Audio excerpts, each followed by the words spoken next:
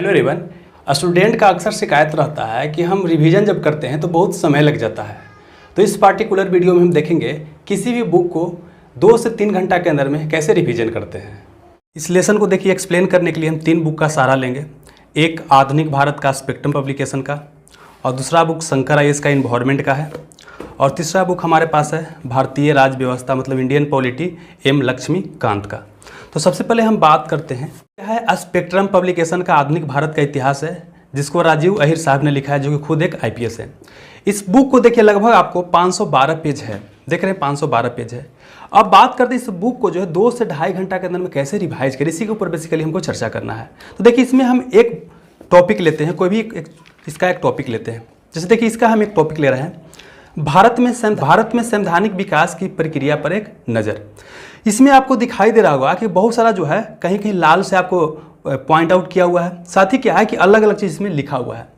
तो यह क्या किया गया है कि अलग अलग बुक का सहारा लिया गया। जैसे मैंने आधुनिक भारत के इतिहास की बात करते हैं तो बिपिन चंद्रा का बुक पढ़ा है, इसके अलावा शेखर बंदोपाध्याय का आता है प्लासी से पार्टीशन तक, वो बुक को पढ़ा है। और देखने के उसके बाद पढ़ने के बाद मुझे ऐसा आभास हुआ कि प्रिलिमिनरी एग्जामिनेशन की तैयारी करना है या ऑब्जेक्टिव एग्जामिनेशन की जब तैयारी करना है तो उसके लिए जो है ये मेरा बुक क्या हो जाएगा, आपका रेफरेंस बुक मेन ए हो जाएगा। वो सब बुक क्या हो जाएगा, मेंस के लिए हो जाएगा। तो हमने बेसिकली क्या किया है कि उन सारे बुक से जो भी इंपॉर्टेंट पॉइंट मिला है उसको उसी जगह पर डाल दिया है। जैसे देखिए क्या है कि भारत में संवैधानिक विकास की प्रक्रिया पर नज़र, तो मुझे शेखर बंदोपाध्याय से कुछ पॉइंट मिला, कुछ आपको बिपिन चंद्रा से मिला। साथ ही क्या है कि सेट बनाने के दौरान अलग अलग क्वेश्चन मिलते हैं। साथ ही मैं बहुत दिन से पढ़ा रहा हूँ तो उस दौरान क्या होता है कभी कभी नया नया क्वेश्चन आ जाता है, तो बेसिकली क्या करते हैं कि सभी पॉइंट को यहीं पर पॉइंट आउट कर देते हैं, यहीं पर क्या करते हैं उसको लिख डालते हैं। इससे क्या होगा कि अगर हमको ये पढ़ना है कि 1773 से 1947 तक एक्ट के बारे में, तो बेसिकली क्या है कि सिर्फ 2 पेज पढ़ना है। क्या करना है, 2 पेज पढ़ना है। इसके अलावा मुझे और कहीं जाने की आवश्यकता नहीं है। अब क्या होगा कि देखिए ऑलरेडी मुझे सब पता है क्या है, भले आपको पता नहीं चलेगा कहाँ पर क्या लिखा हुआ है, लेकिन हमको क्या है सब पता है। तो इसको पढ़ने में हमको मैक्सिमम समय लगेगा तो 5 मिनट लगेगा। कितना लगेगा, 5 मिनट लगेगा, क्योंकि ऑलरेडी हमको सब पता है। ठीक है, तो बेसिकली यही किया जाता है कि जो भी बुक पढ़ रहे हैं उसको प्रयास कीजिए कि आप या तो कॉपी में नोट डाउन कर लीजिए मेन पॉइंट को, या तो किसी बुक के ऊपर है। जैसे मान लीजिए मुझे लगा, ऐसा मुझे आभास हुआ कि स्पेक्ट्रम को नोट्स बनाने की कोई आवश्यकता नहीं है। इसके अलावा मैंने कुछ टॉपिक के लिए नोट्स भी बनाया है, लेकिन मुझे ऐसा लगा कि स्पेक्ट्रम को नोट्स बनाने में कोई ज़्यादा फायदे की बात नहीं, इसलिए मैंने इसका नोट्स बनाया ही नहीं। ठीक है, तो देखिए यहाँ पर क्या है, जैसे हम 1858 का अधिनियम की बात करते हैं तो यहाँ पर क्या है कि भारत का शासन कंपनी के हाथों से लेकर के ब्रिटिश ताज ने ले लिया और गवर्नर जनरल को वायसराय की उपाधि दे दिया गया। तो यहाँ पर नहीं दिया होगा कि प्रथम वायसराय कौन बना, लेकिन ऑब्जेक्टिव क्वेश्चन जो होता है जैसे बिहार दरोगा बीपीएससी वगैरह, यहाँ पर फैक्चुअल क्वेश्चन ज़्यादा पूछता है। तो वहाँ पर आपको पता होना चाहिए कौन था। तो उस समय केनिंग क्या था, भारत का गवर्नर जनरल था, तो ही क्या बन जाएगा, वायसराय बन जाएगा। ठीक है, साथ ही क्या है कि भारत सचिव और भारत परिषद की स्थापना किया गया। ठीक है, तो भारत परिषद की जब यहाँ पर स्थापना किया गया तो क्वेश्चन एक बार ये भी पूछा गया था कि भारत सचिव और भारत परिषद के पद को कब समाप्त किया गया था, तो ये भी आपको पता होना चाहिए। तो 1947 में समाप्त किया गया, 1935 में समाप्त किया गया भारत परिषद को। तो रिलेवेंट पॉइंट को क्या करना है, यहीं पर लिख देना है। ठीक है, फिर क्या है 1861 के परिषद के अधिनियम की बात करते हैं, 1861 का भारतीय परिषद अधिनियम की बात करते हैं। तो इसमें क्या है कि देखिए ये बुक में कहीं भी नहीं लिखा हुआ कि ऑर्डिनेंस सिस्टम और पोर्टफोलियो सिस्टम की शुरुआत हुआ था, लेकिन अलग अलग बुक को पढ़ने के दौरान और साथ ही पढ़ाने के दौरान और साथ ही क्या है प्रैक्टिस सेट बनाने के दौरान क्या हुआ, अलग अलग पॉइंट मुझे मिला तो उसको यहीं पर लिख दिया है। तो देखिए जितना भी पॉइंट हो सकता है इसका 90% तो बिल्कुल मिल जाएगा। अब 10% तो ऐसा होता है कि कहीं से आप पढ़ लीजिए, उतना नहीं मतलब आपसे पकड़ाएगा ही नहीं, लेकिन बेसिकली क्या है कि इसमें सारा चीज़ आपको क्या आ जाएगा, मिल जाएगा। ठीक है, उसी तरह से हम बात करते हैं कि एक चैप्टर लेते हैं भारत के प्रमुख गवर्नर जनरल और उसके शासनकाल में महत्वपूर्ण घटनाक्रम। तो देखिए इसमें आपको दिखाई दे रहा होगा कि अलग अलग जगह पर क्या है टिक लगाया हुआ है कि कौन ज़्यादा इंपॉर्टेंट है। साथ ही क्या है कि जो पॉइंट यहाँ पर नहीं दिया हुआ है उसमें कुछ यहाँ पर लिखा गया है। तो ये क्या है कि सेट बनाने और अलग अलग बुक पढ़ने के दौरान मुझे आभास हुआ कि क्वेश्चन आ रहा है, तो उसको क्या किया उसी के जगह पर लिख दिए हैं ताकि बिल्कुल गड़वाने की संभावना न हो। यहाँ पर आप अलग अलग जगह पर देख सकते हैं। ठीक है, जैसे क्या यहाँ दिया हुआ है कि लॉर्ड डलहौजी के समय में क्या हुआ, विधवा पुनर्विवाह अधिनियम आया था 1856 में। तो किसके प्रयास से आया था, भी क्वेश्चन पूछा गया है, किसके प्रयास से लाया गया था, तो ईश्वर चंद्र विद्यासागर के प्रयास से लाया गया था। समझ में आ रहा। तो इसी तरह से क्या करते हैं कि मेन पॉइंट, जैसे यहाँ पर एक क्वेश्चन देखते हैं बोर्ड का शिक्षा संबंधी डिस्पैच। अब देखिए यहाँ पर तो सिर्फ यही दिया हुआ है, लेकिन एक बार पूछा गया था क्वेश्चन ये कि भारतीय शिक्षा का मैग्ना कार्टा किसे कहते हैं, तो यही बोर्ड का जो शिक्षा संबंधी डिस्पैच आया था इसी को क्या बोलते हैं, भारतीय शिक्षा का मैग्ना कार्टा कहते हैं। तो यहाँ पर क्या कर दिया गया, यहीं पर लिख दिया गया। तो इसको पढ़ने में क्या है बहुत ही कम समय लगेगा, क्योंकि क्या है मुझे सब पता है कहाँ कहाँ क्या है, और अलग अलग बुक से सब यहाँ पर लिखा गया है। ऐसा नहीं कि आपको कुछ दूसरा बुक रेफर करने की आवश्यकता है। इसी कारण से क्या होता है कि बहुत जल्दी ही इस बुक को क्या कर सकते हैं, हम रिवीजन कर सकते हैं। अब देखिए हम क्या करते हैं कि अलग बुक का लेसन लेते हैं जिसका नाम है भारत की स्वतंत्रता से 1964 तक, मतलब स्वतंत्रता जब भारत को 1947 मिला, 1964 तक क्या क्या हुआ। तो देखिए चैप्टर क्या है, चैप्टर बहुत बड़ा है, मतलब ये इसमें क्या है, चैप्टर बहुत बड़ा है। देखिए कहाँ तक है, मतलब कि आपको 417 पेज नंबर से लेकर के क्या है 454 तक है, तो बहुत ज़्यादा है। लेकिन जब इसको आप पढ़ लीजिएगा, मेन पॉइंट पर क्या, मेन जो आपका पॉइंट होगा उसको क्या कीजिएगा, हाईलाइट कर दीजिएगा, तो सिर्फ उसी पॉइंट को आपको देखना है, बाकी पूरा बुक पढ़ने की आवश्यकता नहीं है। जैसे देखिए इसमें क्या है, कुछ भी ऐसा मुझे नहीं लगा जो इंपॉर्टेंट है, तो इसको मैंने छोड़ दिया है, ठीक है। फिर देखिए इसमें भी कुछ नहीं लगा इंपॉर्टेंट है, इसको भी मैंने छोड़ दिया है। फिर देखिए मुझे लगा कि ये इंपॉर्टेंट है, तो इसको क्या किया है, थोड़ा सा हाईलाइट कर दिया है, ठीक है। क्या है, भारत में त्रिस्तरीय पंचायती राज प्रणाली की स्थापना किया गया, तो इसको मैंने क्या किया है, टिक आउट कर दिया है। साथ ही आप देख सकते हैं यहाँ पर क्या है लिखा गया है, पंथ निरपेक्ष संविधान के 42वें संशोधन द्वारा संविधान की प्रस्तावना में पंथ निरपेक्ष शब्द जोड़कर धर्मनिरपेक्षता की अवधारणा को पूर्णतः स्पष्ट रूप दे दिया गया, ठीक है। तो यहाँ से क्वेश्चन आया था कि भारत के संविधान में पंथ निरपेक्ष शब्द कब जोड़ा गया था, तो 42वां संविधान संशोधन 1976 के तहत। बाकी सब चीज़ पढ़ने का हमको आवश्यकता नहीं है। फिर देखिए यहाँ पर क्या है कि मुस्लिम लीग ने अपनी कमजोर स्थिति के कारण 9 दिसंबर 1946 को संविधान सभा के प्रथम अधिवेशन को बहिष्कार किया तथा पाकिस्तान के लिए पूर्णतः पृथक संविधान की मांग की। तो क्वेश्चन एक बार पूछा गया था कि मुस्लिम लीग ने भारतीय संविधान सभा के प्रथम बैठक जो हुआ था उसका विरोध क्यों किया था, तो बस समझ में आ गया क्यों किया था।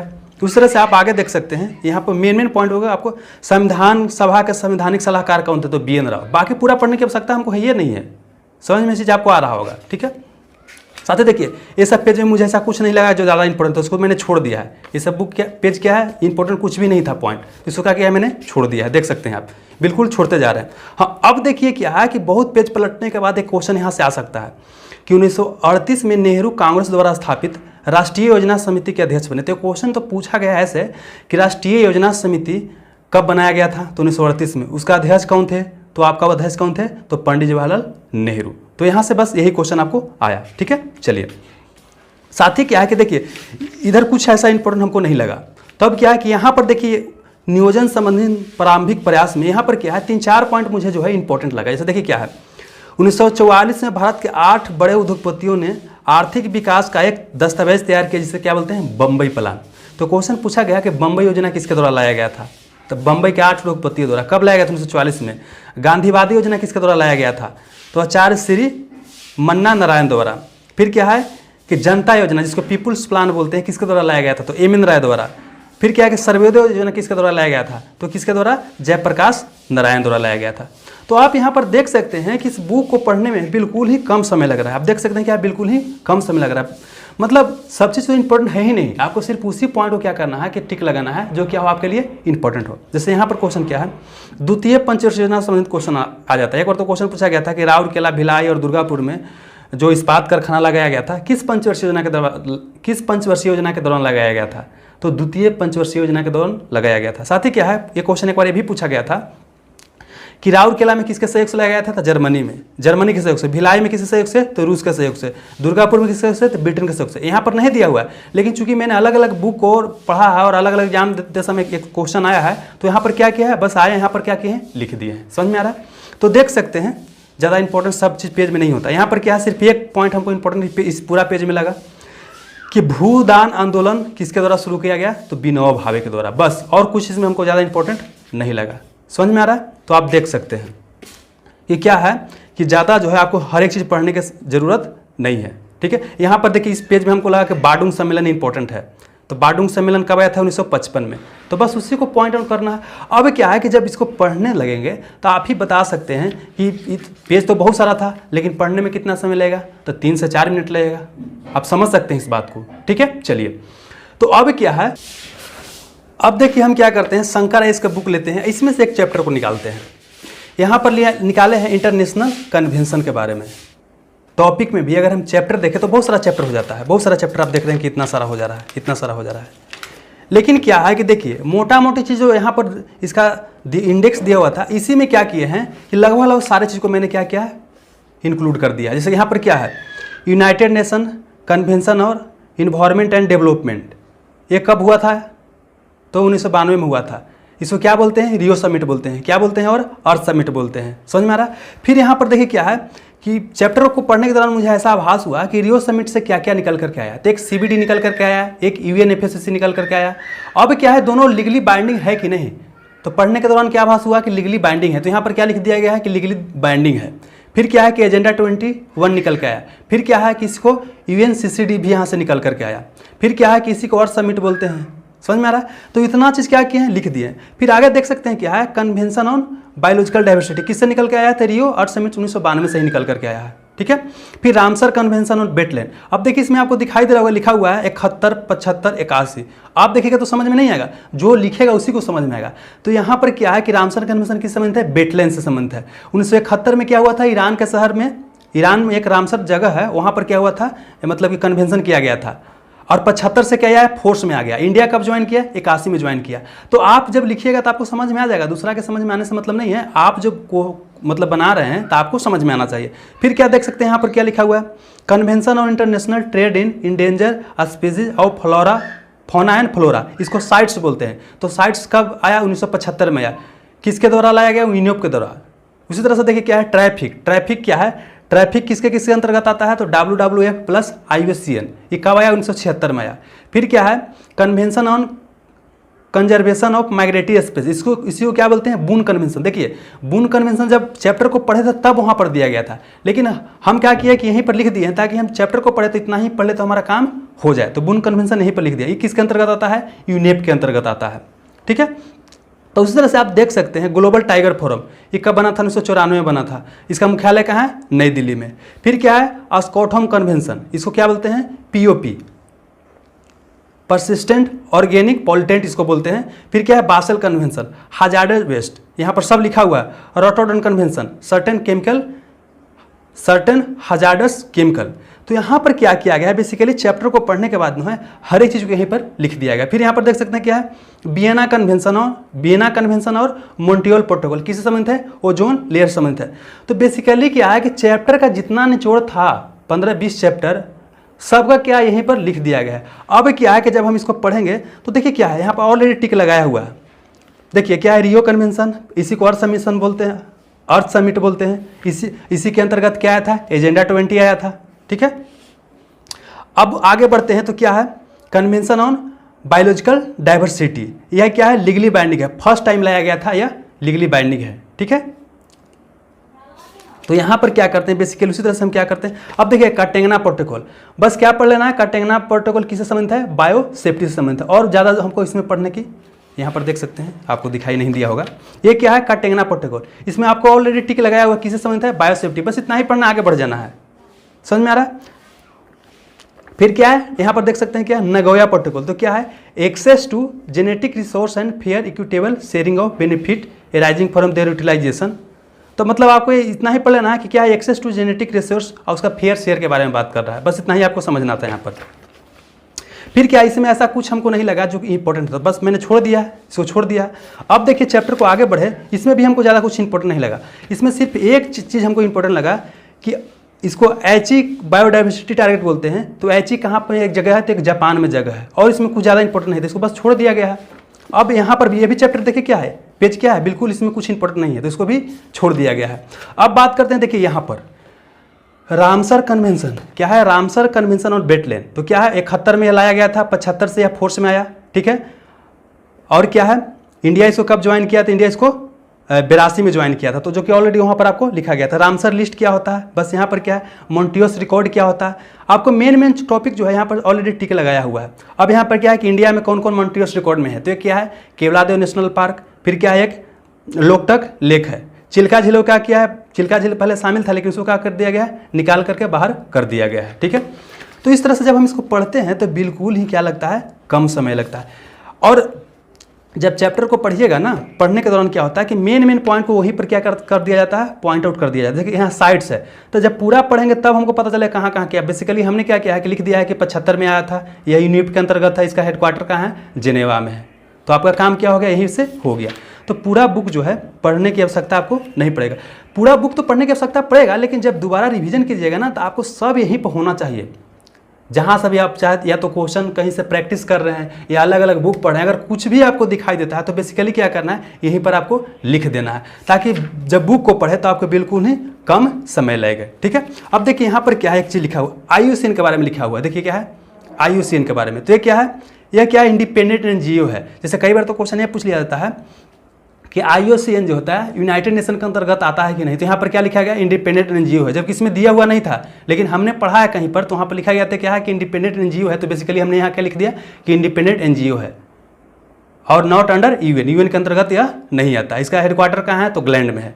तो बेसिकली आपको भी इसी तरह से क्या करना है कि एक नोट्स बना देना है, और बाद में जब रिवीजन कीजिए तो आपको सिर्फ उसी पे फोकस करना है, दूसरे चीज़ पर आपको फोकस करने की आवश्यकता है ही नहीं। भले बोल दे कि मार्केट में ये बुक आ गया, वो बुक आ गया, बहुत पतला है, बहुत इंपॉर्टेंट है, आपको बिल्कुल अपने मटेरियल पर क्या करना है, विश्वास करना है और उसी को रिवीजन करते रहना है। ठीक है, तो ये आपका क्या हो गया, शंकरा, इसका भी देख लिए। अब हम बात करते हैं भारतीय राज्य व्यवस्था की बात करते हैं। इसमें भी एक चैप्टर को हम लेते हैं, तो ये बेसिकली किसका है, लक्ष्मीकांत का बुक है, तो इसमें हम एक चैप्टर को लेते हैं। तो इसमें हमने एक चैप्टर लिया है पंचायती राज। किसको लिया है, पंचायती राज।